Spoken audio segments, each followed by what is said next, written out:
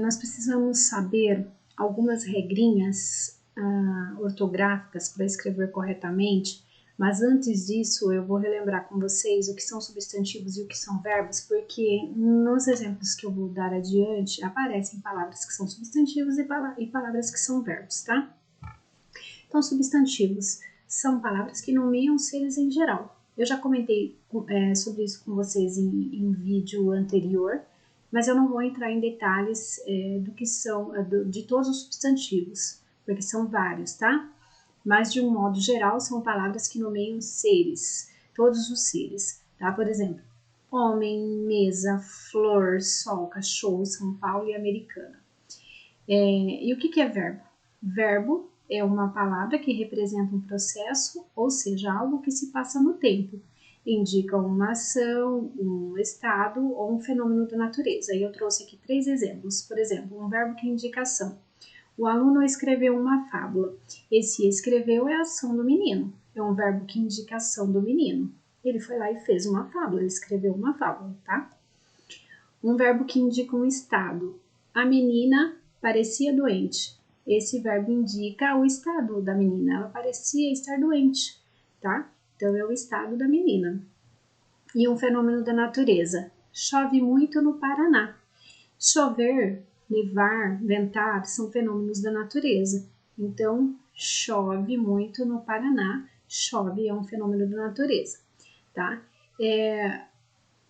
Agora, sabendo, né, o que é verbo e o que é substantivo, nós vamos partir para as regras ortográficas, nesse caso, do uso do L e do U, e do AM e do AOT. Primeiro nós vamos ver esse uso do L e do U no meio, quando eles estão no meio da palavra. Como, por exemplo, aqui, ó, saúde, calça, pauta, lousa e alça. Quando é que eu utilizo L e quando é que eu utilizo U no meio da palavra?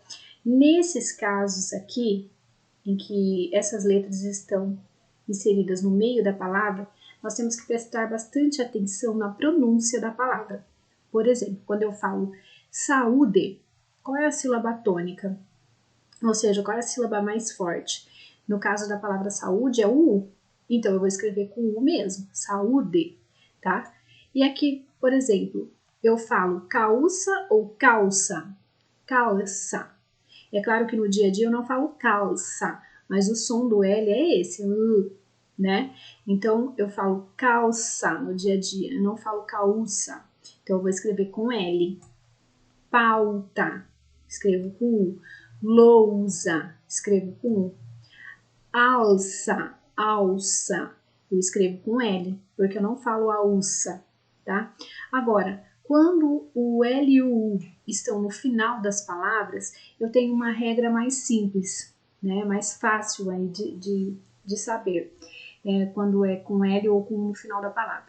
No caso desse substantivo aqui, anel, eu sempre posso fazer um teste passando essas palavras para o plural. Então, eu tenho uma palavra, professora, vamos supor que ela ditou a palavra anel. Nossa, e agora? Será que eu escrevo anel com L ou será que eu escrevo anel com U? Sabe o que você faz? Passe para o plural. Então, anel no plural fica anéis. Ah, terminou com IS, ó. Terminou com IS significa que essa palavra é escrita com L no final. Anel se escreve com L. Ó, natural. Quando eu passo para o plural, fica naturais. Terminou com IS. Terminou com IS, então significa que natural é com L. Então, toda vez que eu passo as palavras aqui, ó, que tem esse som final, anel, natural, sol, normal, Brasil, final, eu passo para o plural, fica anéis, naturais, sóis, normais e assim por diante.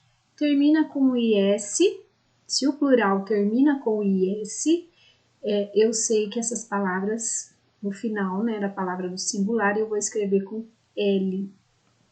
Agora, quando eu tenho o substantivo, por exemplo, chapéu, quando eu passo ele para o plural, ele termina com S.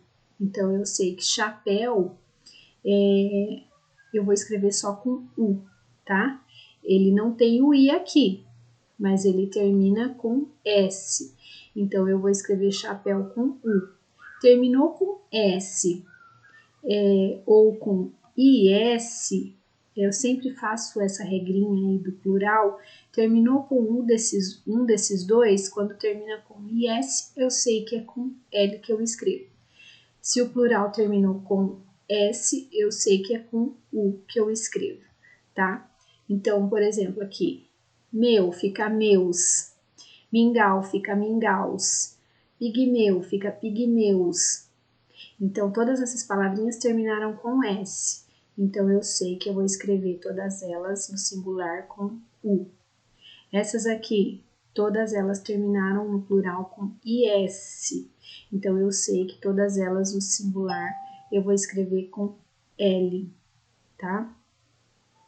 No caso aqui, quando nós temos verbos de ação que indicam o passado, como das palavras escorregar, amar, correr, divertir, beijar, brincar, então quando eu passo essas palavras aqui para o passado, ó, correu, divertiu, beijou, brincou, todos esses verbos, né? Brincou, andou, falou, estudou, chorou, todos esses verbos terminados, que representam, aliás, o passado, eu escrevo com U no final, tá? Todos os verbos que representam o passado, terminou, brincou, falou, andou, chorou, eu vou escrever com U, né? No caso das palavras acima, aqui eu tenho substantivos, né? Eu tenho palavras que não são verbos, então eu tenho que fazer a regrinha do plural. Agora, quando eu tenho só verbos, como nesses casos aqui, aí eu já sei que se estiverem no passado, indicando o passado, coisas que já aconteceram, eu escrevo com U, tá? A mesma regra é parecida para quando eu uso o AM, né? Ou o AOTIL.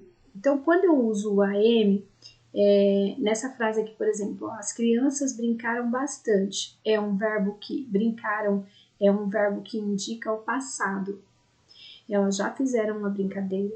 Então, brincaram eu vou escrever com AM no final, tá? Ou então, quando esse verbo representa o presente. Nesse caso aqui, as crianças brincam bastante, algo que está acontecendo. Então, essa palavra brincam, aqui eu vou escrever com AM também. Então quando que eu uso o AOTIL, professora? Eu só utilizo o AOTIL quando o verbo representar o futuro. Por exemplo, as crianças brincarão bastante. Esse brincarão é algo que ainda vai acontecer, então eu escrevo com AOTIL, tá? Lembrando que esses erros são bastante comuns de nós vermos em redes sociais, por isso tome bastante cuidado, né? Aí nos Facebooks, nos WhatsApps, toda a rede social aí em geral, nós vemos bastante erros em relação à ortografia, então é preciso ter bastante atenção na hora de escrever. Quando vocês forem fazer os exercícios, revejam esse vídeo, né? Porque vai ajudar vocês na hora de responder as questões. Leiam com bastante atenção, façam com bastante cuidado, leiam mais de uma vez.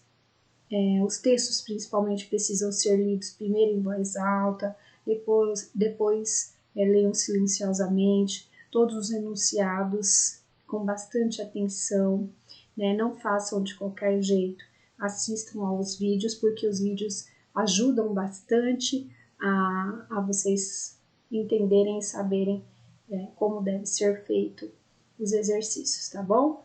Por enquanto é isso, até o próximo vídeo, até a próxima aula.